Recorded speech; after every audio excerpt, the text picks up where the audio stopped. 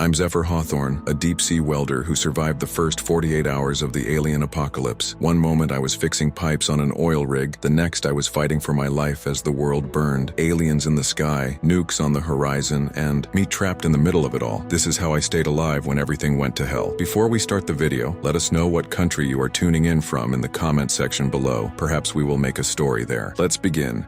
Hey there, I'm Zephyr Hawthorne, and if you're watching this, congratulations on still being alive. I guess that makes us part of a pretty exclusive club these days. I'm recording this from a makeshift bunker somewhere in the Midwest. Don't ask me exactly where, because honestly, I'm not even sure anymore. What I do know is that the world as we knew it ended just 2 days ago, and I'm still trying to wrap my head around how I made it through. Before all this, I was a deep-sea welder. Yeah, one of those guys who spend more time underwater than on land, fixing things most people never even think about. It's a job that requires you to be calm under pressure, think on your feet, and be prepared for anything. Little did I know how much those skills would come in handy when the aliens showed up. Let me take you back to July 3rd, 2026. It was just another day on the oil rig in the Gulf of Mexico. I remember waking up in my bunk, the familiar smell of sea salt and machinery filling my nostrils. My mind was already on the day's work. We had a major repair job scheduled on one of the underwater pipelines. I made my way to the mess hall, nodding to a few of my colleagues. There was Big Mike, a mountain of a man with a heart of gold, already on his third cup of coffee. Sitting across from him was Sarah, our chief engineer, her red hair tied back in a messy ponytail as she pored over some schematics. "Morning, Zeph,"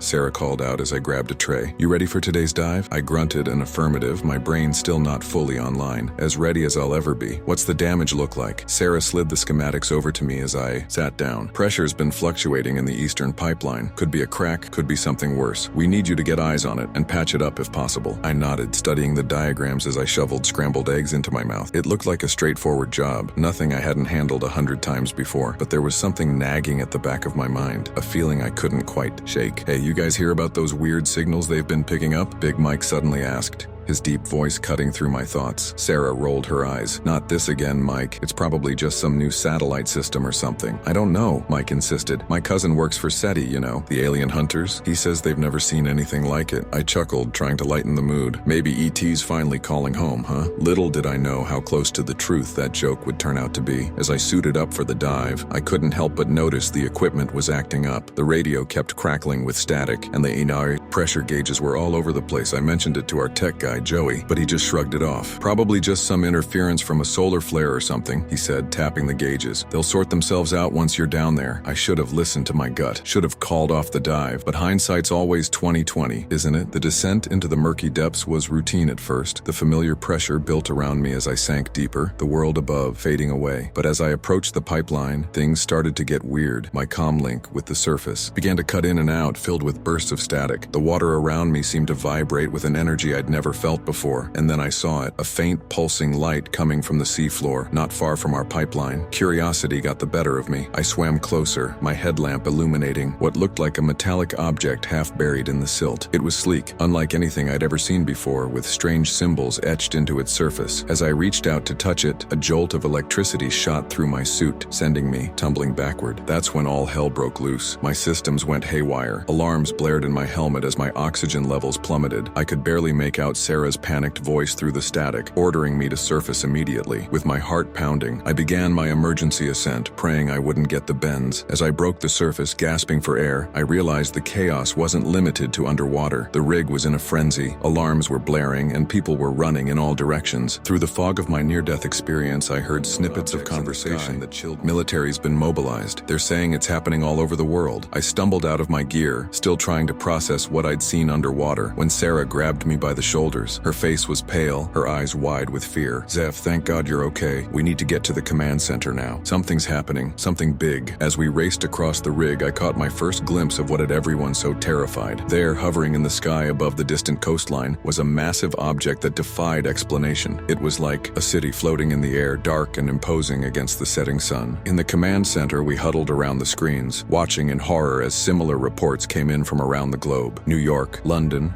Beijing, Moscow, everywhere, these impossible ships were appearing in the skies. And then, as we watched, they opened fire. Beams of energy rained down on military bases and government centers. Panic spread like wildfire. And then, in a move that would seal humanity's fate, someone pushed the button. We watched, helpless, as the first nuclear missiles streaked across the sky. The world as we knew it ended in fire and light. I remember the silence that fell over us as we watched the mushroom clouds bloom on the horizon. The realization that nothing would ever be the same again. And then, as if things couldn't get any worse, we lost all communication with the mainland. We were alone, a tiny speck of humanity in the vast ocean with the world burning around us. The next few hours were a blur of panic and desperate planning. Some wanted to stay on the rig thinking it might be safer out at sea. Others, myself included, argued that we needed to get back to land, to find our families, to do something. As night fell, the sky lit up with more explosions, more alien ships arriving. We could see battles raging in the distance, our military putting up a futile fight against technology we couldn't even comprehend. It was Big Mike who finally snapped us out of our paralysis. "We can't just sit here and wait to die," he boomed. "We need a plan." And so in the early hours of July 4th, as America's Independence Day dawned on a world that would never be the same, we made our choice. We would make for the coast in our emergency vessels, carrying whatever supplies we could. But first I had an idea. A crazy, potentially suicidal idea, but one that might just give us an edge. "I need to go back down there," I said, my voice sounding strange even to my own ears. "That thing I found, it has to be connected to the aliens. If I can retrieve it, maybe it'll help us understand what we're up against." Sarah looked at me like I'd lost my mind. Maybe I had, but she didn't argue. Time was running out, and we were fresh out of good options. As I prepared for what might be my last dive, I couldn't help but think about how quickly everything had changed. Just yesterday, my biggest worry had been fixing a pipeline. Now, I was about to plunge back into the depths, chasing a piece of alien technology while the world ended above me. I took one last look at the sky, now filled with unfamiliar stars and the ominous shapes of alien ships, and stepped to the edge of the platform. Whatever happened next, I knew my life would never be the same. With a deep breath, I plunged into the dark waters, leaving behind the world I knew and diving headfirst into an uncertain future. The descent into the depths felt different this time. The water was eerily still, as if the ocean itself was holding its breath. My headlamp cut through the darkness, illuminating particles floating in the water like ash from a world on fire. I tried to focus on my breathing, on the mission at hand, but my mind kept drifting back to the chaos above. As I neared the spot where I'd seen the strange object, my suit's sensors began to go haywire again. The readings were off the charts, pulsing with an energy that seemed to vibrate through the water. I slowed my descent, scanning the seafloor carefully, and there it was, half buried in the silt, pulsing with that same faint light I'd seen before. I approached cautiously this time, remembering the jolt I'd received earlier. The object was about the size of a football, its surface smooth and metallic, covered in those bizarre symbols I couldn't begin to decipher. Using my tools, I carefully excavated around it, trying to free it from the seafloor without touching it directly. As I worked, I couldn't shake the feeling that I was being watched. I kept glancing over my shoulder, expecting to see some alien creature emerging from the gloom, but there was nothing, just the vast, dark emptiness of the ocean. Finally, after what felt like hours but was probably only minutes, I managed to free the object. I secured it in a containment bag on my belt, half expecting it to burn through the material, but it remained inert, its pulsing light barely. That's when I noticed something else. The seafloor around where the object had been was different. The silt had been disturbed in a pattern that was too regular to be natural. It looked almost like a landing site, as if something much larger had once rested here. I didn't have time to investigate further. My oxygen levels were getting low, and I knew the others would be worried. With one last look at the disturbed seafloor, I began my ascent, the mysterious object secured at my side. Breaking the surface was like entering another world. The sky was on fire, streaked with the trails of more incoming ships and the aftermath of explosions. The rig itself was in chaos, with people rushing to load supplies onto our emergency vessels. Sarah was the first to reach me as I clambered out of the water. "Thank God," she breathed, helping me out of my gear. "We thought we'd lost you down there. The readings we were getting were insane." I nodded, still catching my breath. "You have no idea, but I got it." I held up the containment bag, and Sarah's eyes widened. "Is that safe?" she asked, eyeing the bag warily. "No idea," I admitted, "but it might be our only chance of understanding what we're up against." We didn't have time for a proper examination. The decision had been made to abandon the rig while we still could. As we loaded the last of our supplies onto the boats, I couldn't help but feel a pang of loss. This rig had been my home for years, and now we were leaving it to an uncertain fate. Big Mike was coordinating the evacuation, his booming voice carrying over the din. 2 people people per boat. Stick to the plan. Head for the rendezvous point on the coast. If you get separated, keep going west. As we cast off, I looked back at the rig one last time. It stood there, a lonely sentinel in a world gone mad. The flames of the burning horizon reflected in its metal surfaces. I wondered if I'd ever see anything like it again. The journey to the coast was a nightmare. We had to navigate through debris-filled waters, dodging floating wreckage and the occasional burning chunk of what I hoped wasn't a downed aircraft. The alien ships seemed focused on larger targets, ignoring our small flotilla, but that didn't make me feel any safer. About halfway to the coast, we lost contact with two of our boats. One minute they were there on our makeshift radar. The next, they were gone. We couldn't stop to look for them. We couldn't even be sure if they'd been destroyed or just veered off course. The uncertainty gnawed at me, adding to the growing pit of dread in my stomach. As we neared the coast, the true scale of the devastation became clear. The shoreline was unrecognizable, pockmarked with impact craters and burning structures. What had once been a bustling coastal city was now a hellscape of twisted metal and concrete. We made landfall on a stretch of beach that was relatively clear of debris. As we dragged our boats ashore, the reality of our situation began to sink in. We were survivors, yes, but of what and for how long? Sarah was the first to break the stunned silence that had fallen over our group. We need to find shelter, somewhere defensible where we can regroup and figure out our next move. I nodded, still clutching the containment bag with the alien object. And we need to find a way to examine this thing safely. It might be our only advantage. We moved inland cautiously,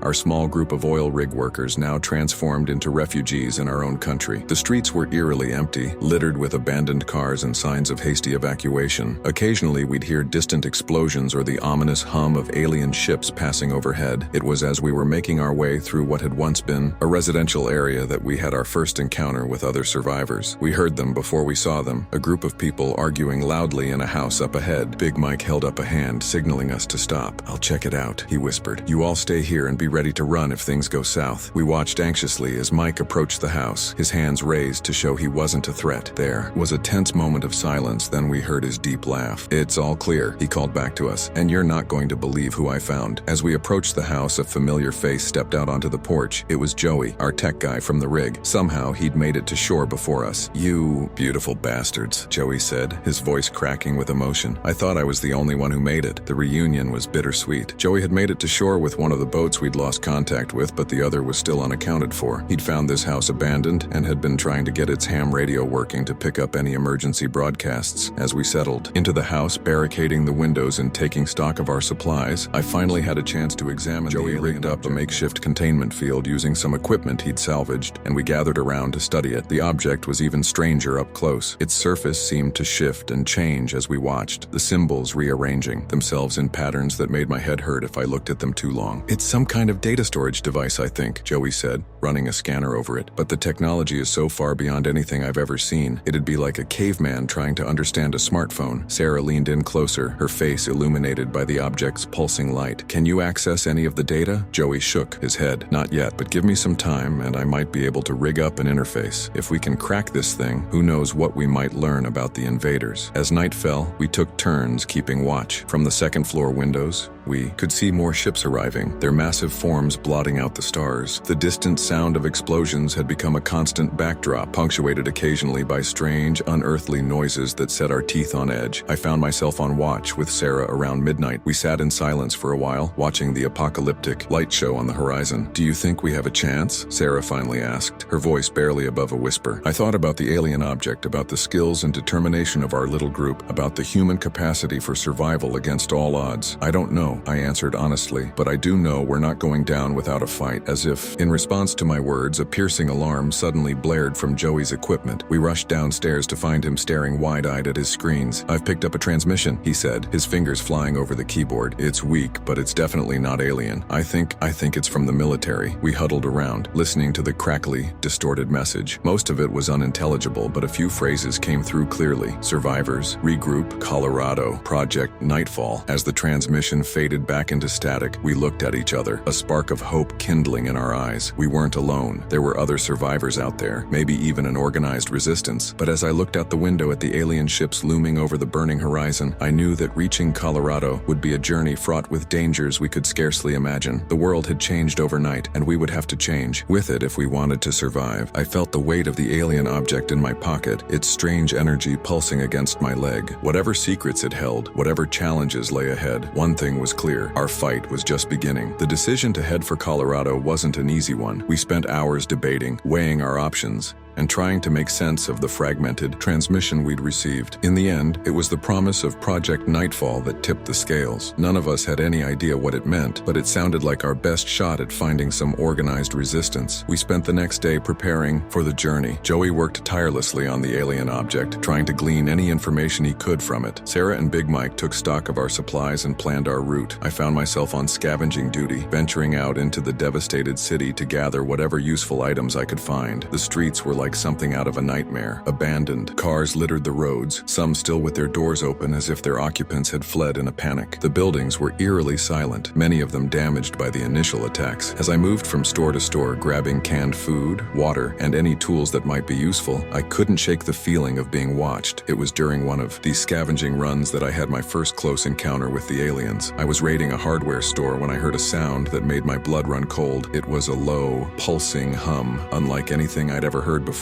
Peering out the store's broken front window, I saw it. The alien was tall, easily 7 or 8 feet, with a body that seemed to shimmer and shift as it moved. Its head was elongated, with no visible eyes that I could see, but somehow I knew it was looking right at me. In one of its 4 arms, it held a device that looked disturbingly like a weapon. I froze, hardly daring to breathe. The alien paused in the middle of the street, its head swiveling slowly from side to side. For a moment I was sure it had spotted me, but then to my immense relief, it continued on its way, disappearing around a corner. When I finally made it back to our temporary base, I was shaking. The others listened intently as I described what I'd seen. "This changes things," Sarah said, her face grim. "We knew they were out there, but now we know they're patrolling. We'll have to be even more careful when we move." From the alien object he'd been tinkering with. "I think I'm starting to make some progress with this thing," he said. "I can't access any specific data yet, but I'm picking up some kind of energy signature. It's faint, but it seems to be coming from the direction we need to go. Could be a trap," Big Mike rumbled, always the voice of caution. "Could be," I agreed, "but it might also be our best lead. Either way, we can't stay here much longer. Sooner or later, they're going to start doing more than just patrolling." We set out at dawn the next day, our backpacks loaded with supplies, Joey's equipment, and the mysterious alien object. The plan was to head west, sticking to back roads and avoiding major cities as much as possible. We had a long journey ahead of us, and every step would be fraught with danger. The first few hours were tense but uneventful. We moved as quietly as we could, taking cover whenever we heard the telltale hum of alien ships overhead. The countryside was eerily beautiful, nature seemingly oblivious to the catastrophe that had befallen humanity. Birds still sang, flowers still bloomed, a stark contrast to the pillars of smoke rising from distant cities. It was around midday when we had our first major scare. We were crossing an open field when we heard the unmistakable sound of an alien ship approaching. There was nowhere to hide, no cover for miles around. "Get down!" Sarah hissed, and we all dropped to the ground, pressing ourselves as flat as we could against the earth. The ship passed overhead so close I could feel the vibration in my bones. For a heart-stopping moment, I was sure we'd been spotted, but the ship continued on its way, either not seeing us or not considering us worth its time. As we picked ourselves up, dusting off grass and dirt, Joey's equipment began to beep insistently. He fumbled with it, his eyes widening as he read the display. "The energy signature from the object," he said, his voice a mix of excitement and fear. "It just spiked. I think it's reacting to the alien ship somehow." We all stared at the containment bag holding the object, which was now pulsing with a light bright enough to see even in the midday sun. "We need to keep moving," I said, trying to keep my voice steady. "Whatever that thing is, I have a feeling it's going to attract more attention the longer we stay in one place." We pushed on, our pace quickening despite our exhaustion. The alien object continued to pulse, its rhythm seeming to match the beating of my own heart. I couldn't shake the feeling that we were carrying a beacon, something that could lead us to salvation or doom. As night fell, we found shelter in an abandoned barn. The structure was old but solid, offering us some protection from the elements and hopefully from prying alien eyes. We settled in for the night, taking turns keeping watch. It was during my watch, in the quietest hours of the night, that I heard it. A voice barely above a whisper seemed to be coming from the alien object. I leaned in closer, straining to make out the words. "Zephyr," the voice said, and I nearly jumped out of my skin. It knew my name. "Zephyr, listen carefully. The fate of humanity rests in your hands." I wanted to wake the others, to have them confirm I wasn't going crazy, but something held me back. The voice continued, speaking in a language I didn't understand, yet somehow I could grasp the the meaning. It spoke of a war that had been raging for millennia, of a desperate plan to save not just humanity, but countless other species across the galaxy. The object, it said, was a key, a weapon, and a map all in one. As the voice faded, I sat there in stunned silence, trying to process what I'd heard. Was it real? A hallucination brought on by stress and lack of sleep? Or something more sinister, an alien trick to lead us into a trap? I didn't have long to ponder these questions. A sudden explosion lit up the night sky, followed by the now familiar sound of alien ships. But this was different. There were human voices too, shouting orders, the rattle of gunfire. I woke the others and we peered out of the barn's broken windows. In the distance, we could see flashes of light, the streaks of tracer fire arcing through the air. It was a battle, and from the looks of it, humans were putting up one hell of a fight. We have to help them, Big Mike said, already reaching for the makeshift weapons we'd scavenged. Sarah shook her head. We don't know who they are or what they're fighting for. For all we know, they could be as dangerous as the aliens. I looked down at the alien object still pulsing gently in its containment bag. The voice's words echoed in my mind. The fate of humanity rests in your hands. We can't just sit here, I said finally. Whatever's happening out there, it might be our best chance to find out more about what's really going on. And maybe, just maybe, we can make a difference. The others looked in their eyes, a mix of fear. We'd come this far together, survived things we never thought possible. Whatever came next, we'd face it as a team. As we gathered our gear and prepared to venture out into the chaos, I couldn't help but feel we were stepping off the edge of a cliff. The world had ended, yes, but our story, the story of humanity's fight for survival, was just beginning. The battle raged on as we approached, a surreal mix of human and alien technology lighting up the night sky. We moved cautiously,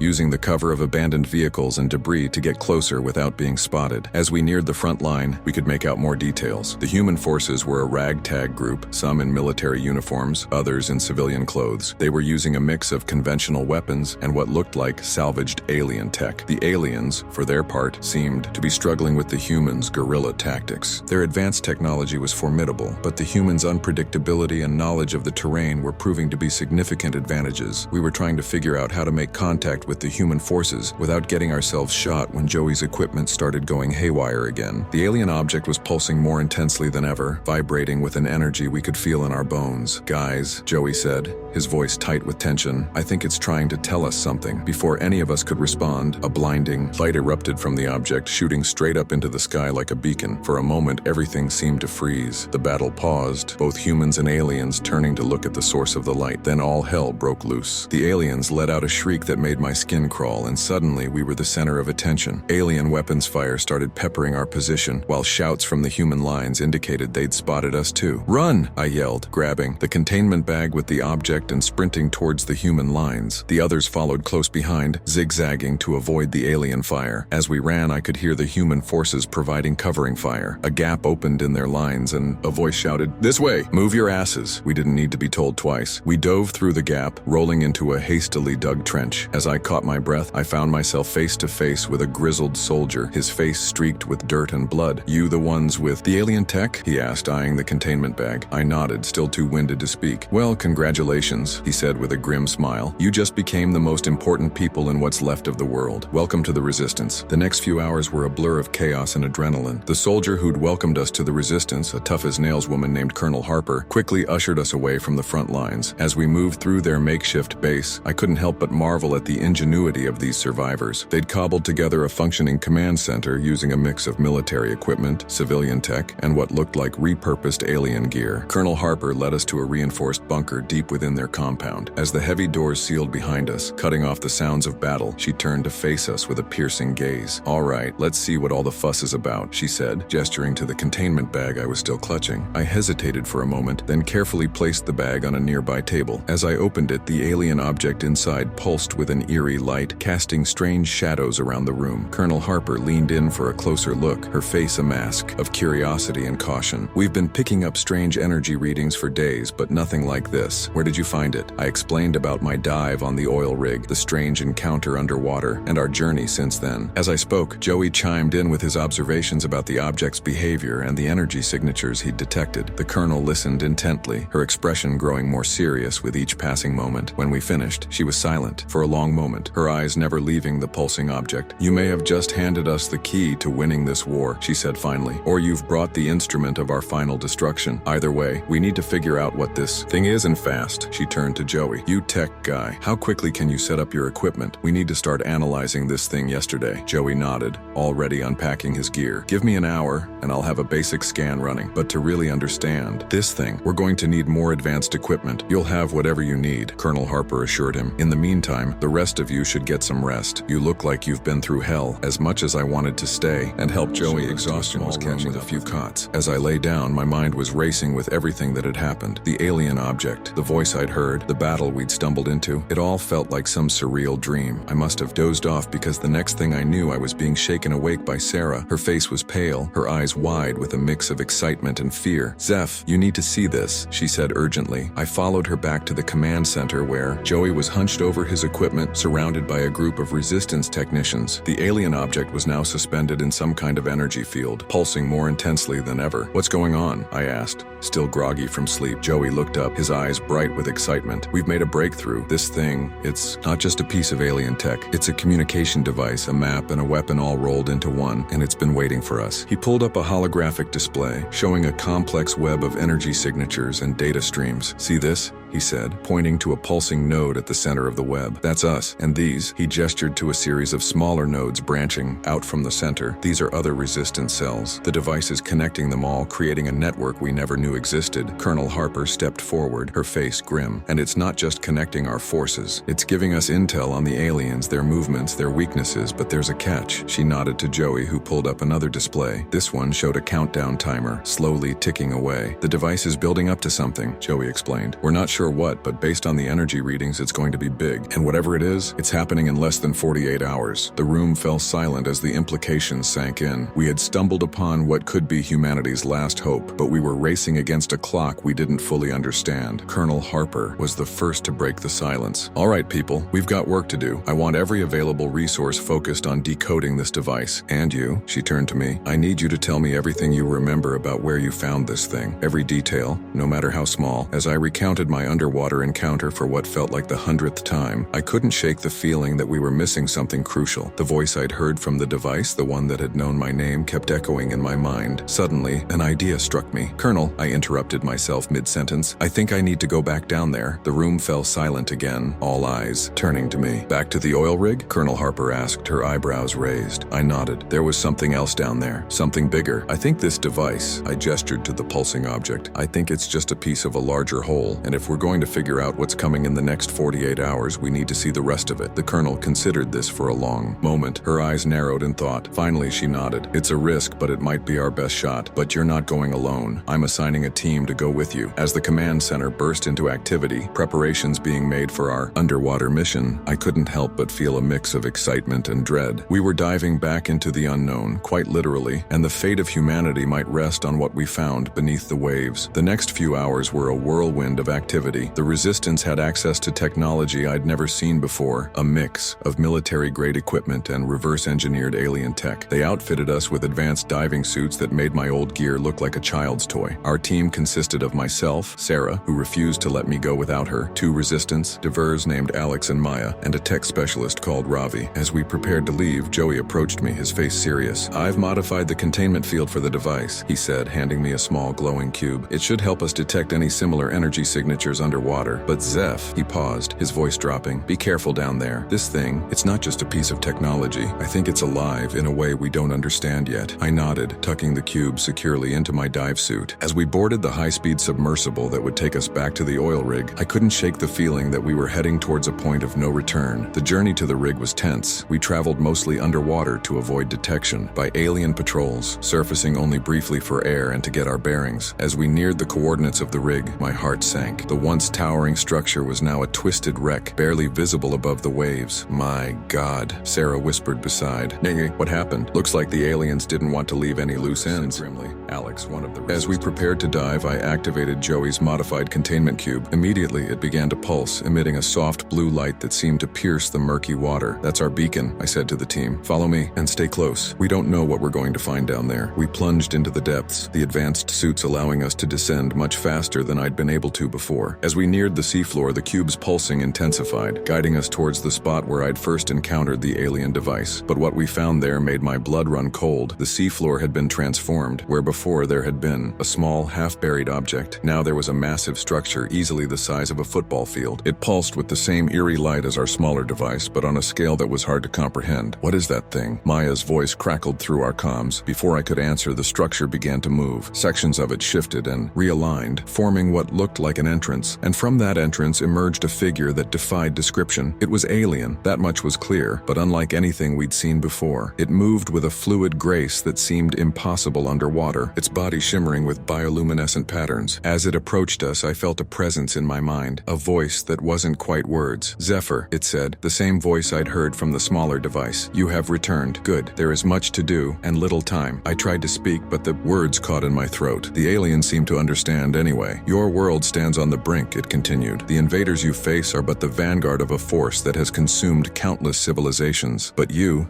Zephyr, and your kind, you have a chance that others did not." The alien gestured towards the massive structure behind it. "This is the Nexus, a weapon of last resort created by an alliance of species long ago. It has waited here, dormant, for eons, awaiting those with the courage to use it." My mind reeled with the implications. The smaller device we'd found, the one that was even now connecting resistance cells across the globe, it was just a key. This Nexus was the lock it was meant to open. As if reading my thoughts, the alien nodded. "Yes, but it is more than that. The Nexus is a gateway, a means to turn the invaders' greatest strength against them, but to activate it will require a sacrifice." I felt a chill that had nothing to do with the cold ocean around us. "What kind of sacrifice?" I asked, dreading the answer. The alien's shimmering form seemed to flicker with what might have been sadness. "A consciousness must guide the Nexus, merge with it to direct its power. That consciousness will be lost, scattered across the cosmos." The weight of the alien's words hit me like a physical blow. Someone would have to give up their very existence to save humanity, and as I looked at my teammates, at Sarah's determined face behind her dive mask, I knew with a sinking certainty that it would have to be me. The weight of the alien's revelation hung heavy in the water around us. I could see the shock and disbelief on my teammates' faces, mirroring my own inner turmoil. The fate of humanity resting on a sacrifice none of us had been prepared to make when we set out on this mission. Sarah was the first to break the stunned silence, her voice crackling through our comms. "There has to be another way. We can't just accept this without exploring all our options." The alien entity shimmered, its bioluminescent patterns shifting, in what I could only interpret as a gesture of sympathy. "Time is a luxury you no longer have. The invaders' main force approaches, and once they arrive, the window of opportunity will close." Ravi, our tech specialist, spoke up, his voice tight with tension. "How do we know this isn't some kind of trap? For all we know, this could be exactly what the invaders want us to do." It was a valid point, one that had crossed my mind as well, but something deep in my gut told me this was real, that this truly was our last best hope. "I don't think it's a trap," I said, surprising myself with the conviction in my voice. "Everything we've seen, everything we've experienced since finding that first device, it's all been leading to this moment." The alien nodded, or at least made a movement that seemed like a nod. "Your instincts serve you well, Zephyr, but the choice must be yours, freely made. The Nexus cannot be activated through coercion or deceit." I took a deep breath, the recycled air in my suit tasting stale and metallic. "How long do we have to decide?" "The alignment will be optimal in approximately 12 of your Earth hours," the alien replied. "After that, the chances of success decrease rapidly." 12 hours. Half a day to make a decision that would affect the fate of our entire species. The pressure was almost as crushing as the... "We need to report back," Alex said, ever the pragmatic soldier. "Colonel Harper needs to know about this." I nodded, though the thought of leaving this place, of possibly never seeing it again, filled me with a strange sense of loss. "Agreed. Let's head back to the surface." As we began our ascent, I turned back for one last look at the Nexus. Its massive form pulsed with an otherworldly energy, a beacon of hope and dread intertwined. The alien entity had already disappeared back into its depths, leaving us alone, with our thoughts in the weight of our newfound knowledge. The journey back to the resistance base was tense and mostly silent. Each of us was lost in our own thoughts, grappling with the magnitude of what we'd discovered. I couldn't help but replay the alien's words in my mind, wondering if I had the strength to make the sacrifice it spoke of. As we emerged from the submersible, Colonel Harper was waiting for us, her face a mask of barely contained anticipation. "Report," she barked as soon as we were within earshot. We gathered in the command center, where I recounted our encounter with the alien entity and the revelation about the Nexus. As I spoke, I could see the mix of hope and skepticism warring on the faces of those around me. When I finished, Colonel Harper let out a long, slow breath. "If this is true, it could change everything, but the risk..." "With all due respect, Colonel,"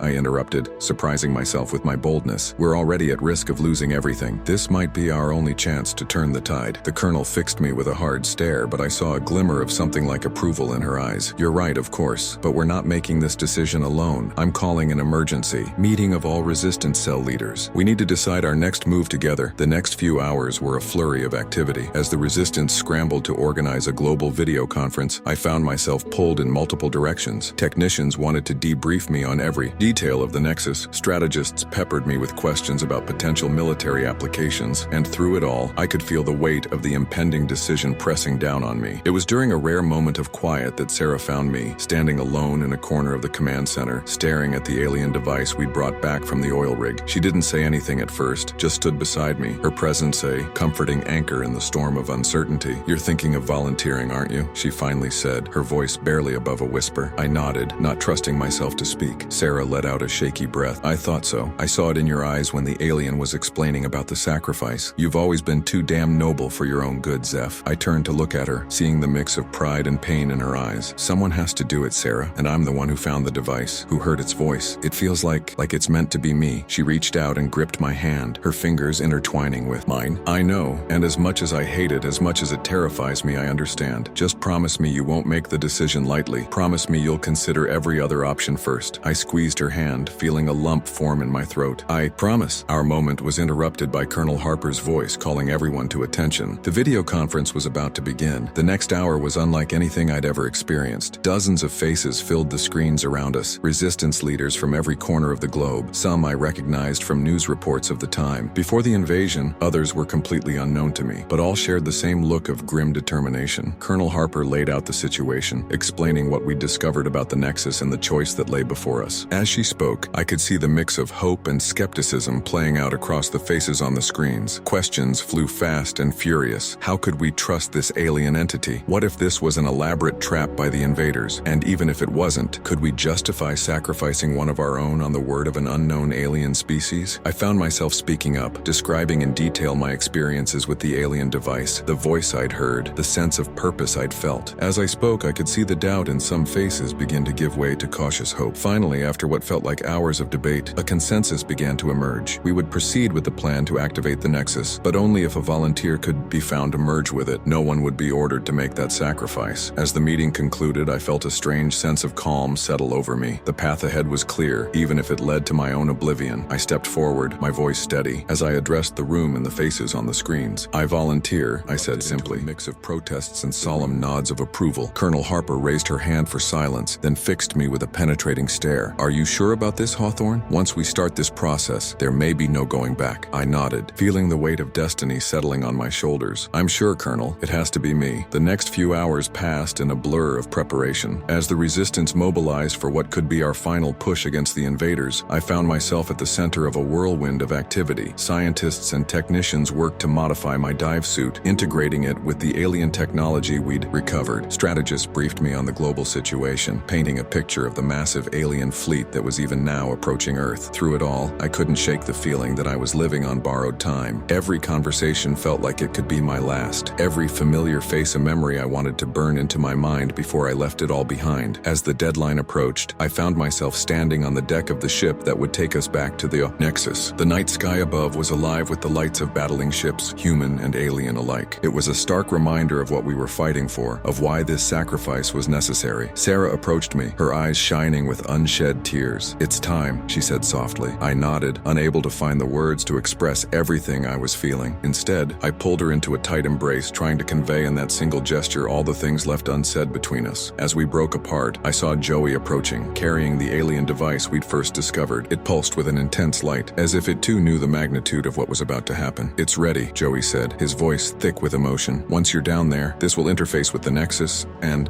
guide you through the process." I took the device from him, feeling its warmth pulse through my gloved hands. "Thank you, Joey, for everything." He nodded, unable to speak, and quickly turned away. I understood. Goodbyes were never easy, and this one felt particularly final. As I prepared to board the submersible, Colonel Harper approached. Her usual stern expression had softened, showing a hint of the weight she carried as our leader. "Hawthorne," she said, her voice gruff with suppressed emotion, "what you're doing, it's beyond the call of duty. It's beyond anything we could have asked of you. Whatever happens down there, know that you've given humanity a fighting chance. We won't forget that." I saluted, feeling a lump lump form in my throat. "It's been an honor, Colonel. Take care of them for me." She nodded, returning the salute with crisp precision, and then it was time to go. As the submersible descended into the depths, I felt a strange sense of peace wash over me. The fear and doubt that had plagued me since volunteering seemed to fade away, replaced by a clarity of purpose I'd never experienced before. The Nexus came into view, its massive form pulsing with an otherworldly light that seemed to call to me. As we drew closer, I could feel the alien device in my hands growing warmer, resonating with the energy of the larger structure. This was it, the moment that would decide the fate of humanity. As I prepared to exit the submersible and swim towards my destiny, I couldn't help but think of all the people I was leaving behind, all the lives that hung in the balance. But I also thought of the future, a future free from alien invasion, where humanity could rebuild and thrive. And I knew, with a certainty that went bone deep, that this sacrifice was worth it. As I swam towards the Nexus, the alien entity appeared. Before me, its shimmering form a guide to my final journey. "Are you ready, Zephyr?" Its voice echoed in my mind. I took one last look at the world I was leaving behind, at the submersible where Sarah and the others watched with bated breath. Then I turned back to the Nexus, to the future I was about to forge with my own dissolution. "I'm ready," I said, my voice steady despite the pounding of my heart. "Let's save the world." As I approached the Nexus, the alien entity guided me towards what appeared to be an entrance. The massive structure pulsed with energy, its rhythm seeming to match my heartbeat. Each stroke through the water brought me closer to my destiny, closer to the moment that would change everything. The alien spoke in my mind, its thoughts a comforting presence in the vastness of the ocean. "The process of merging with the Nexus will be unlike anything you have experienced, Zephyr. Your consciousness will expand beyond the confines of your physical form. Are you prepared for this transformation?" I took a deep breath, the recycled air in my suit tasting of determination and fear. "As ready as I'll ever be," I replied, my voice steady despite the turmoil in my mind. As we reached the entrance, a portal, the alien gestured for me to enter. "Once you pass through, there is no turning back. The fate of your world will rest in your hands." I hesitated for just a moment, thinking of Sarah, of Joey and the others, of all the people I was leaving behind. Then, with a silent prayer to whatever higher power might be listening, I pushed forward into the unknown. The sensation was indescribable. It felt like I was being unmade and remade simultaneously, my consciousness expanding to fill every corner of the Nexus. I could feel the ancient technology integrating with my mind, unlocking knowledge and power beyond anything I could have imagined. Suddenly, I could see everything. The Earth, a blue marble suspended in space, surrounded by the approaching alien fleet. I could see every resistance cell, every battle being fought across the globe, and I could see the invaders, their vast consciousness a dark cloud threatening to engulf everything in its path. The alien entity's voice reached me, now seeming to come from everywhere and nowhere at once. "The Nexus is attuned to you now, Zephyr. You must focus its power, direct it against the invaders. But be warned, the strain on your consciousness will be immense." I gathered my will, focusing on the task at hand. The knowledge of how to operate the Nexus flowed through me, as natural as breathing. I could feel the immense energy building, waiting to be unleashed. With a thought, I activated the Nexus's primary function. A pulse of energy shot out, spreading across the Earth like a shockwave. As it touched the alien ships, I could feel their confusion, their panic. The pulse had disrupted their technology, severing the psychic link that bound their forces together. But the invaders were not defeated yet. I could sense them rallying, adapting to this new threat. I knew I had to act quickly. Reaching out with my expanded consciousness, I made contact with the resistance forces around the world. In an instant, I shared with them the knowledge of the aliens' weaknesses, coordinating a global counterattack. The strain was incredible. Every second felt like an eternity as I juggled the immense power of the Nexus, the coordination of Earth's defenses, and the constant assault of the alien consciousness trying to break through. I could feel myself beginning to fray at the edges, my individual identity blurring as I became more and more integrated with the Nexus. But I held on, focusing on the faces of those I loved, on the future I was fighting for. The battle raged, across the planet and in the depths of space. I directed pulses of energy from the Nexus, disabling alien ships and disrupting their communications. At the same time, I coordinated with the Resistance, guiding them to strike at key vulnerabilities in the invaders' forces.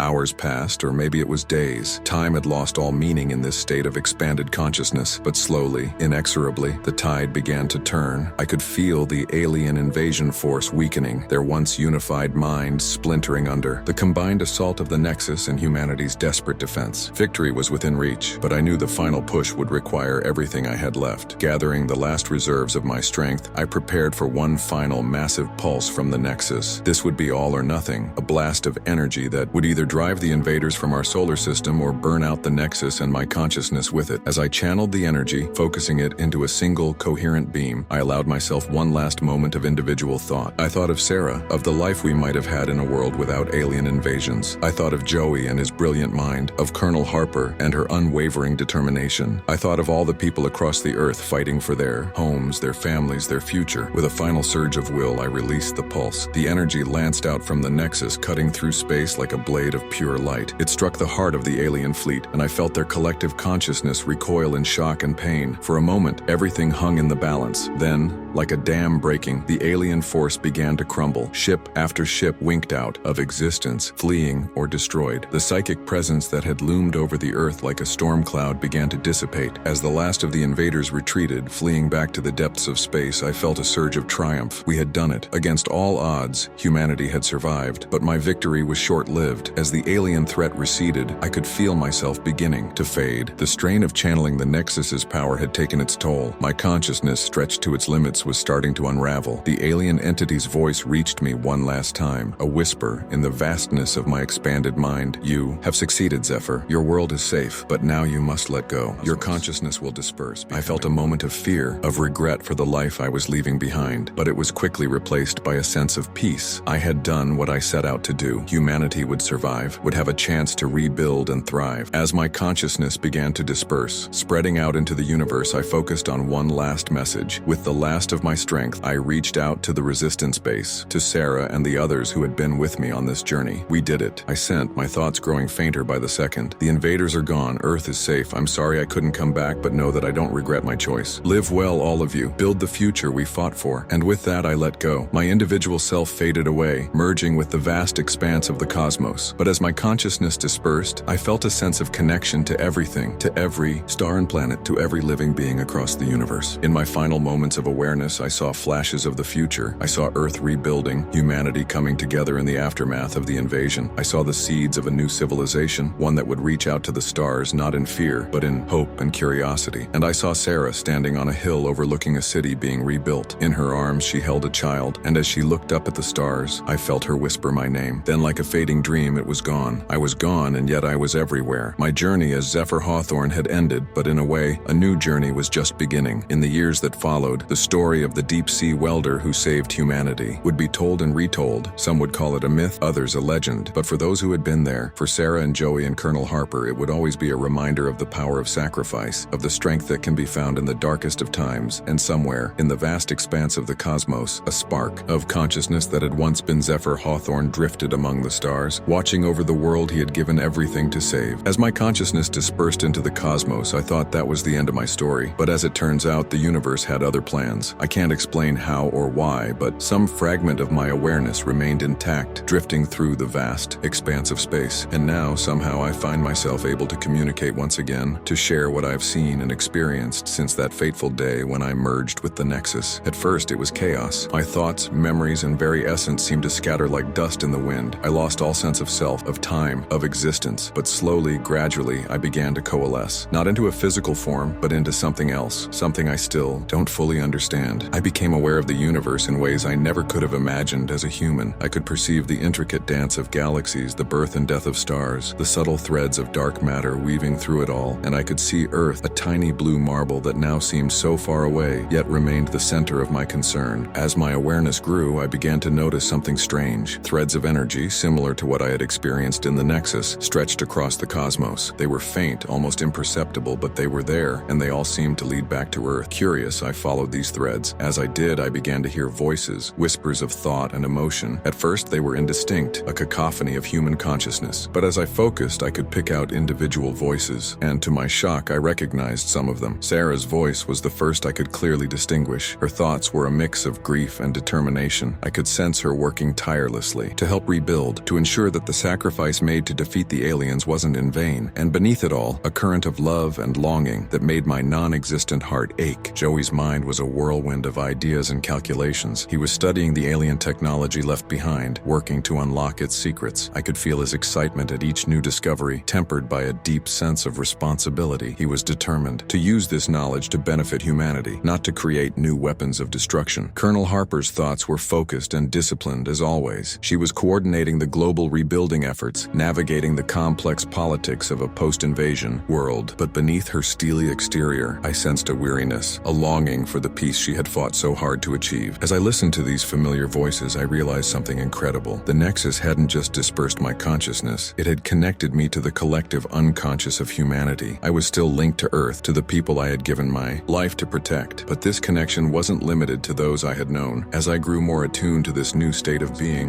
I found I could hear the thoughts. It was overwhelming at first, billions of voices all clamoring for attention. But I learned to filter them, to focus on specific individuals or groups. I listened to children born after the invasion, growing up in a world forever changed by the arrival of aliens. Their minds were full of wonder and curiosity, untainted by the fear and trauma that still haunted many of the adults around them. I heard the thoughts of scientists and engineers working to adapt alien technology for peaceful purposes. Their excitement was palpable as they made breakthrough after breakthrough, pushing the boundaries of human knowledge and capability. But it wasn't all positive. I could also sense the darker currents running through the collective human consciousness. There were those who saw the alien invasion as an opportunity, who sought to use the chaos and fear to seize power for themselves. I listened as they plotted and schemed, their minds full of greed and ambition, and there were others who lived in constant fear, traumatized by what they had experienced during the invasion. Their thoughts were a swirl of anxiety and dread, always waiting for the next attack, the next catastrophe. As I observed all of this, I began to realize that my journey wasn't over. I might no longer have a physical form, but I still had a role to play in protecting humanity. The Nexus hadn't just given me the power to defeat the alien invasion, it had given me the ability to watch over Earth, to serve as a silent guardian. I started small, focusing on individuals I could help. When a rescue worker was about to give up on searching a collapsed building, I sent a subtle nudge, a feeling that they should check just one more section. They found survivors in that final search, lives saved by a whisper from the cosmos. When a politician was on the verge of making a decision that would harm thousands, I gently influenced their dreams, showing them the consequences of their actions. They woke with a new perspective, choosing a path that would benefit their people instead of themselves. But I was careful not to interfere too much. I remembered the alien entities' warning about the dangers of advanced civilizations interfering with developing ones. Humanity needed to make its own choices, to learn and grow on its own. I was here to guide, not to control. As the years passed, I watched Earth rebuild and flourish. The technology salvaged from the alien invasion propelled human science forward by leaps and bounds. Cities were reconstructed, cleaner and more efficient than before. The threat from space had united humanity in a way nothing else could have, breaking down old barriers of nationality and ideology. But with this progress came new challenges. As humans began to expand into space, establishing colonies on the Moon and Mars, I sensed a familiar presence stirring in the depths of the cosmos. The aliens who had invaded Earth were still out there, licking their wounds but not defeated entirely. I knew another confrontation was inevitable, but this time, humanity wouldn't be caught unprepared, and this time, they would have a guardian, watching over them, ready to whisper warnings and encouragement from the stars. As I contemplated this future, I found myself drawn back to the present, to the minds of those I had left behind. Sarah was standing at a memorial dedicated to those who had fallen in the alien invasion. As she laid a flower at the base of the monument, I could hear her thoughts as clearly as if she were speaking aloud. "I miss you, Zeph," she thought. "I hope wherever you are, you can see what your sacrifice achieved. We're building the future you fought for, and we'll never forget what you did for us." I wished I could respond, to let her know that I was still here, still watching over her and all of humanity, but I knew that wasn't possible. My role now was to observe, to guide from afar, to be the silent protector humanity didn't know it had. As I drifted back into the cosmic consciousness, I reflected on the strange journey that had brought me here. From a deep-sea welder to the savior of humanity to a disembodied guardian of Earth. It wasn't the life I'd imagined for myself, but I wouldn't have changed it for anything. The universe is vast and full of wonders, but also dangers. And as long as my consciousness persists, as long as that fragment of Zephyr Hawthorne continues to exist in the cosmic tapestry, I'll be here, watching, guiding, protecting, because even dispersed across the cosmos, I'm still a deep-sea welder at heart, and I've got a job to do, patching the leaks in humanity's ship as it sails into the unknown future. It's a big job, but someone's got to do it, and I wouldn't have it any other way. So, if you're listening to this, wherever and whenever you are, know that you're not alone. Out there in the vastness of space, there's a piece of a former deep-sea welder looking out for you. Exploring, keep building that better future, because I'll be here in the background doing what I can to help, and who knows, maybe someday, humanity will advance enough to perceive me, to understand the cosmic consciousness that I've become part of. Until then, I'll be here, a silent guardian, a cosmic observer, the deep-sea welder who saved the world and then became something more. Remember the next time you look up at the stars that you're not not just seeing distant suns and possible worlds. You're seeing the tapestry of the universe, the cosmic consciousness that connects us all. And somewhere in that vast expanse, there's a friendly consciousness rooting for you, helping in ways you might never know. Keep going, humanity. Your greatest adventures are still ahead, and I'll be watching, always. As my cosmic consciousness expanded, I began to notice patterns in the fabric of space-time that I hadn't perceived before. There were ripples and distortions, like waves on the surface of a vast ocean. At first, I thought they were natural phenomena, the result of stellar explosions or the movement of massive celestial bodies. But as I focused on them, I realized they were something else entirely. They were echoes of the future, glimpses of events yet to come. I found I could follow these ripples, tracing them back to their source. What I saw filled me with both wonder and dread. Humanity's future was a tapestry of triumphs and tragedies, of incredible advancements and terrible mistakes. And through it all, I could sense the looming presence of the alien invaders biding their time, waiting for the right moment to strike again. One particular ripple caught my attention. It was stronger than the others, a shockwave that seemed to emanate from a specific point in Earth's future. As I focused on it, images began to form in my consciousness. I saw a massive space station orbiting Jupiter, a triumph of human engineering and alien technology. It was called Hope's Horizon, and it represented humanity's furthest permanent outpost in the solar system. But something was wrong. The station was under attack, not from outside forces, but from within. I could see figures moving through the corridors, their forms blurred and indistinct, but their intentions clear. They were saboteurs working to destroy the station and with it, humanity's foothold in the outer solar system. I pushed further, trying to understand the context of what I was seeing. Fragments of information flooded my awareness. It was the year 2076, 50 years after the initial alien invasion. Earth had flourished in the intervening years, using recovered alien technology to solve many of its most pressing problems. Climate change had been reversed, diseases cured, and clean, abundant energy was available to all. But with this progress came new divisions. A segment of humanity believed that the alien technology was corrupting mankind, leading them away from their true nature. They called themselves the purists, and they were willing to go to any lengths to purge what they saw as alien influence from human society. The attack on Hope's Horizon was to be their crowning achievement, a statement to the solar system that humanity should remain bound to Earth, shunning the stars and the legacy of the alien invaders. As I watched these events unfold, I felt a sense of frustration. In my current form, I couldn't directly intervene. I couldn't warn the station's crew or stop the saboteurs, but perhaps there was something I could do. I focused my consciousness, reaching out to the minds of those on the station. Most were closed to me, too focused on their tasks or too skeptical to hear a voice from the cosmos. But one mind was open, receptive to the strange and unexplained. Her name was Arya Chen, a young engineer who had grown up on stories of the alien invasion and the mysterious deep-sea welder who had sacrificed himself to save humanity. As a child, she had often gazed at the stars, wondering if Zephyr Hawthorne's consciousness was still out there somewhere, watching over Earth. I latched onto that connection, that openness to the impossible. Gently, carefully, I began to feed images into Arya's mind. Flashes of the saboteurs' plans, glimpses of the devastation that would follow if they succeeded. I could feel her confusion, her disbelief, but also her growing sense of urgency. Arya tried to shake off the visions, attributing them to stress or lack of sleep, but they persisted, becoming clearer and more insistent. Finally, she could no longer ignore them. She went to her supervisor, stumbling over her words as she tried to explain what she had seen. To my relief, the supervisor didn't dismiss her outright. Hope's Horizon had been designed with the memory of the alien invasion in mind, and its leaders knew better than to ignore warnings, no matter how strange their source. Security protocols were enacted, sweeps of the station begun. The saboteurs were discovered mere hours before they were set to enact their plan. The station was saved, and with it, humanity's dreams of expanding further into the solar system. As the crisis passed, I felt a sense of satisfaction. I had managed to influence events, to protect humanity's future without directly interfering. It was a delicate balance, one I would need to maintain carefully in the years to come. But my attention was soon drawn to another ripple in the fabric of space-time, this one darker and more ominous than the last. As I focused on it, I felt a chill run through my non-corporeal form. The alien invaders were stirring again, preparing for a second attempt at conquering Earth. Their first invasion had been a scouting mission, a test of Earth's defenses. This time, they were bringing their full might to bear. I saw vast fleets assembling in the dark spaces between stars, weapons of unimaginable power being primed for use against my homeworld. The invasion was set to begin in 2080, just 4 years after the averted crisis at Hope's Horizon. Humanity had grown strong in the decades since the first invasion, but were they strong enough to face this new threat? I knew I had to warn them, somehow to help them prepare, but how? My ability to communicate with individuals was limited, and even when I could, my warnings were often dismissed as dreams or hallucinations. Then I remembered the Nexus, the alien device that had dispersed my consciousness across the cosmos. It still existed, hidden away in the depths of Earth's oceans. If I could somehow reactivate it, use it as a conduit for my consciousness, I might be able to communicate more directly with humanity, but doing so would be risky. The Nexus was incredibly powerful, and reactivating it might draw the attention of the alien invaders, potentially accelerating their plans. And there was no guarantee that my dispersed consciousness could survive being channeled through the device again. As I weighed the risks and benefits, I became aware of another consciousness brushing against mine. It was vast and ancient, far older than the alien invaders or even humanity itself. With a jolt of recognition, I realized it was the entity that had first shown me the Nexus, the one that had guided me in using its power to repel the first invasion. "You have done well, Zephyr Hawthorne," the entity communicated, its thoughts flowing into mine like water. "You have watched over your people, guided them subtly towards a better future. But now a greater challenge approaches, one that will require more direct action." I felt a surge of relief at no longer being alone in my vigil, quickly followed by concern. The aliens are returning, I thought back, stronger than before. I don't know if humanity can withstand them this time. The entity's response was tinged with both sadness and determination. "The cycle continues as it has for eons. Civilizations rise, face challenges, and either overcome them or fall. But you, Zephyr, represent something new, a bridge between the physical and the cosmic, between the individual and the universal." "What can I do?" I asked, feeling small in the face of such vast forces. "You must return," the entity replied, "not as you were, but as you are now. The Nexus can be reconfigured, turned into a vessel for your expanded consciousness. From there you can guide humanity more directly, help them prepare for what is to come." The implications of this were staggering. To return to Earth, to have a physical form again, while retaining the cosmic awareness I had gained. The prospect was both thrilling and terrifying. "But what about the risks?" I asked. "Won't using the Nexus alert the aliens to our plans?" The entity's response was resolute. "All actions carry risk, but inaction in the face of this threat is a guarantee of failure. You must trust in yourself, in the strength you have gained, and in the people you seek to protect." I considered this, weighing the fate of humanity against my own fears and doubts. In the end, there was really only one choice I could make. "I'll do it," I said, my resolve firming. "Tell me what I need to do." As the entity began to explain the process, I felt a mix of anticipation and apprehension. I was about to embark on a new phase of my journey, one that would bring me back to the world I had left behind, back to Sarah, to Joey, to all those I had watched over from afar for so long. The coming years would be challenging, filled with dangers both from outer space and from within human society itself. But for the first time since I had merged with the Nexus, I felt truly hopeful. Humanity had grown and evolved in the decades since the first invasion. With the right guidance, with the knowledge I had gained from my time in the cosmos, perhaps we could face this new threat and emerge stronger than ever. As I prepared myself for the journey back to Earth, back to a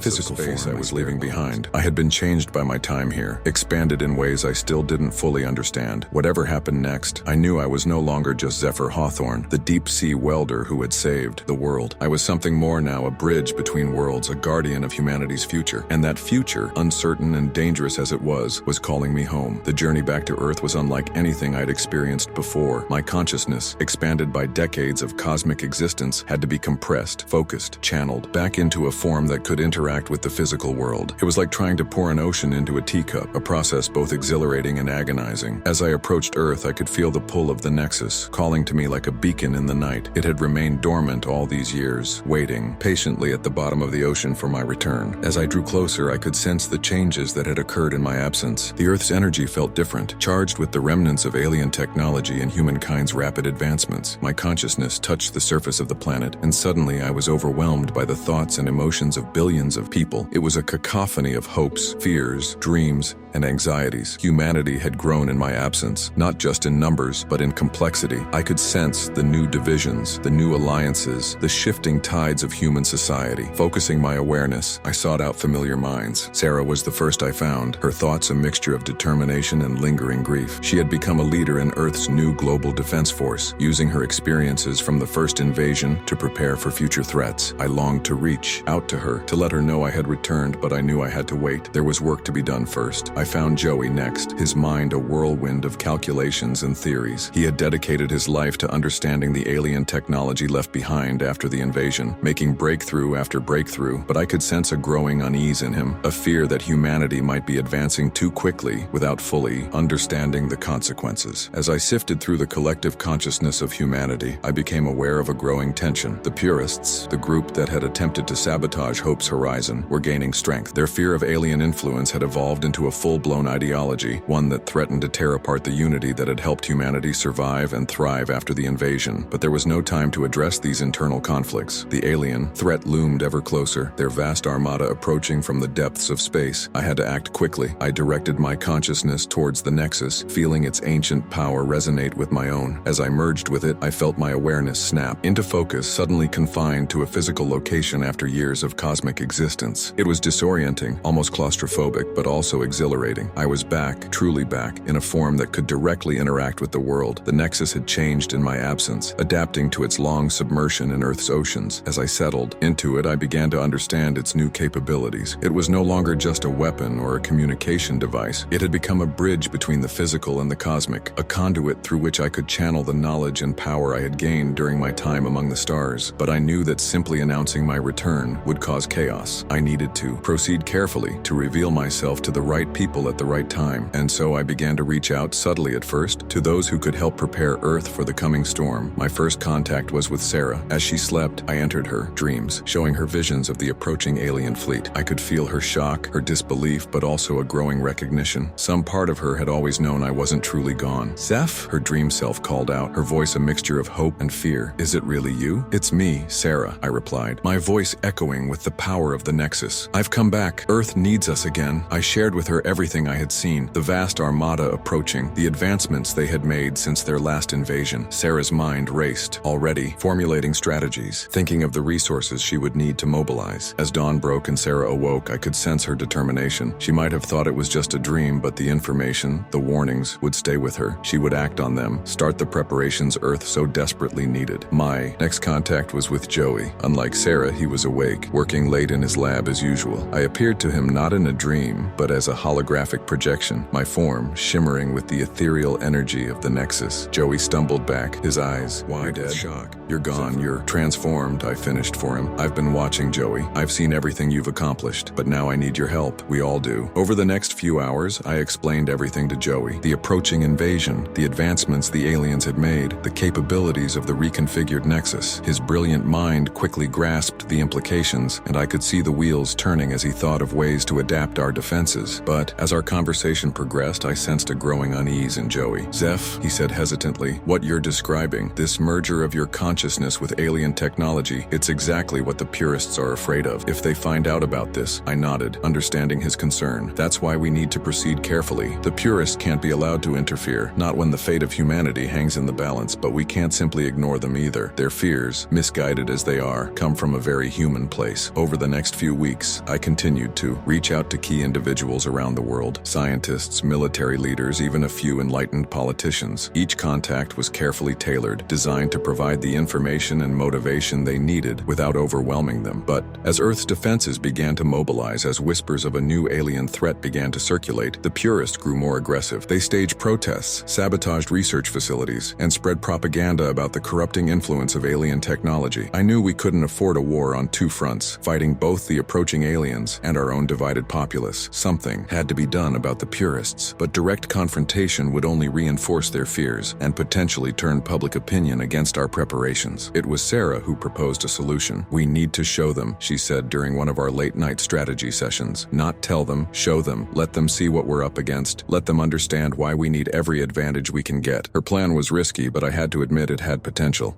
We would invite the leaders of the purist movement to a secret facility where they would be shown incontrovertible evidence of the approaching alien fleet. They would meet me, see what I had become, and hopefully understand that the merger of human and alien technology was not a threat, but our greatest hope for survival. As the day of the meeting approached, I felt a growing tension. So much depended on this going well. If we could bring the purists on board, unite humanity against the common threat, our chances of survival would increase exponentially. But if it went wrong, if they rejected what they saw, or worse, went public with it prematurely, it could tear society apart at the worst possible moment. The purist leaders arrived at the facility, their faces masks of suspicion and barely concealed hostility. Sarah greeted them, her voice calm and professional despite the stakes. "Thank you for coming," she said. "What you're about to see may challenge everything you believe, but I ask you to keep an open mind. The fate of humanity may well depend on it." As they were led into the main chamber, I could sense their growing unease. The room was filled with holographic displays showing the approaching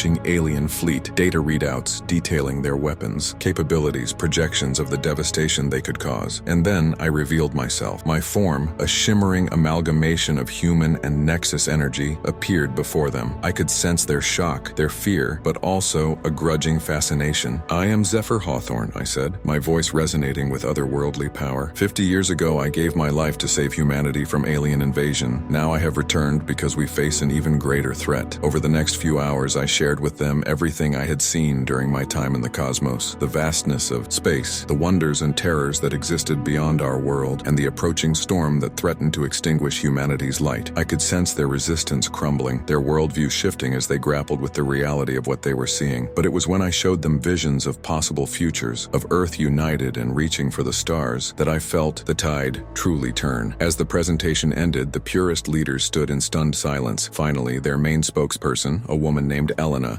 stepped forward. "We need time to process this," she said, her voice shaky but determined. "But I think I speak for all of us when I say that we may have been too hasty in our judgments. If what you've shown us is true, then we need to stand united." It wasn't a complete victory, but it was a start. As the purist leaders left, I could sense the seeds of change taking root in their minds. They would need time, careful handling, but we had taken the first step towards healing. As Sarah and I watched them go, I felt a mix of relief and apprehension. We had overcome one hurdle, but the greatest challenge still lay ahead. The alien fleet drew ever closer, and even with humanity united, the coming battle would push us to our very limits. "Do you think we can do it, Zeph?" Sarah asked, her voice barely above a whisper. "Can we really fight them off again?" I turned to her, my form shimmering with the power of the Nexus. "I don't know," I admitted, "but I do know this. Humanity is capable of incredible things when united. We beat them once against all odds. We've grown, we've learned, we've prepared. Whatever happens, we'll face it together." As we stood there looking out over the facility that represented humanity's best hope for survival, I couldn't help but reflect on the strange journey that had brought me to this point. From a deep-sea welder to a cosmic entity, and now a bridge between worlds. Whatever the future held, I knew one thing for certain. The greatest adventure of my existence was just beginning. The days following our meeting with the purist leaders were a whirlwind of activity. As word spread of the impending invasion, humanity began to mobilize on a scale I'd never seen before. The unity that had helped us survive the first invasion was reborn, stronger than ever. Joey and his team worked tirelessly to integrate the knowledge I'd brought back from the cosmos into our existing defense systems. The advancements were staggering. Weapons that could disrupt the aliens' neural networks, shields that could withstand their energy weapons, and communication systems that could pierce through their jamming technology. Sarah coordinated the global defense strategy, bringing together military forces from every nation. The old rivalries and conflicts that had divided humanity for so long were set aside in the face of this existential threat. It was both inspiring and humbling to witness. As for me, I split my time between guiding these preparations and exploring the full capabilities of my new form. The Nexus had become more than just a conduit for my consciousness. It was an extension of my very being. Through it, I could tap into the vast knowledge I'd accumulated during my time in the cosmos, channeling it into practical applications for Earth's defense. But even as we prepared, I could sense the approaching storm. The alien fleet grew closer with each passing day, their presence a dark cloud on the edge of my cosmic awareness. And they weren't idle. I could feel them probing our defenses, testing for weaknesses, adapting their strategies. It was during one of these probing attacks that we got our first real test. A small alien force appeared suddenly in Earth's orbit, bypassing our early warning systems. They struck at a satellite network crucial to our global communications. I felt the attack the moment it began, the alien presence burning bright in my awareness. Without hesitation, I reached out through the Nexus, connecting with our defense grid. In an instant, I was everywhere and nowhere. My consciousness spread across a network of satellites, ground stations, and defense platforms. They're targeting the ComSat network. I communicated to Sarah and the Defense Council, rerouting communications through secondary systems, activating orbital defense platforms. Through the eyes of our satellites, I watched as our automated defenses engaged the alien ships. Beams of energy crisscrossed the void of space, a deadly dance of advanced technology. But the aliens were crafty, their ships morphing and adapting to each attack. "Joey," I called out, my voice resonating through the command center's speakers. "They're using some kind of adaptive shielding. We need to modulate our weapon frequencies." Joey's fingers flew over his console, making rapid adjustments. "Got it, Zeph. Uploading new targeting parameters now." I felt the change ripple through our defense network. The next volley of shots broke through the alien shields, destroying 2 of their ships outright and crippling a third. The remaining aliens retreated, jumping to hyperspace before we could finish them off. As quickly as it had begun, the skirmish was over. A cheer went up in the command center, but I couldn't share in their jubilation. This had been a test, a probe of our defenses. The real battle was yet to come. "Don't celebrate yet," I warned, my holographic form materializing in the center of the room. This was just the beginning. They'll be back and in greater numbers. Sarah nodded, her face grim. "Agreed. agreed, but we held them off, Zeph. The defense systems worked. We're not helpless this time. She was right, of course. We had won this skirmish, and the victory would boost morale. But I couldn't shake the feeling that we were still missing something, that the aliens had an ace up their sleeve we hadn't accounted for. Over the next few weeks, similar probing attacks increased in frequency. Each time we managed to repel them, but always at a cost. We lost satellites, defense platforms, and brave pilots who put their lives on the line to protect Earth. And with each attack, I could feel the aliens learning, adapting. They were testing our capabilities, probing for weaknesses, and gathering data for their main assault. It was during a rare moment of quiet that I felt a disturbance in the cosmic awareness I'd retained from my time among the stars. Something vast was moving, a fleet so large it created ripples in the very fabric of space-time. "They're coming," I announced, my voice echoing through every command center around the globe. "The main invasion fleet has begun its final approach." The response was immediate. Sirens blared, orders were shouted, and within minutes, Earth's combined defense forces were at full alert. As the alien fleet entered our solar system, I extended my awareness, trying to gauge their numbers and capabilities. What I saw chilled me to my core. "This is far larger than the first invasion," I reported, my holographic form flickering with the strain of processing so much information. Multiple capital ships, each one capable of devastating an entire continent. Swarms of fighter craft, numbering in the millions, and something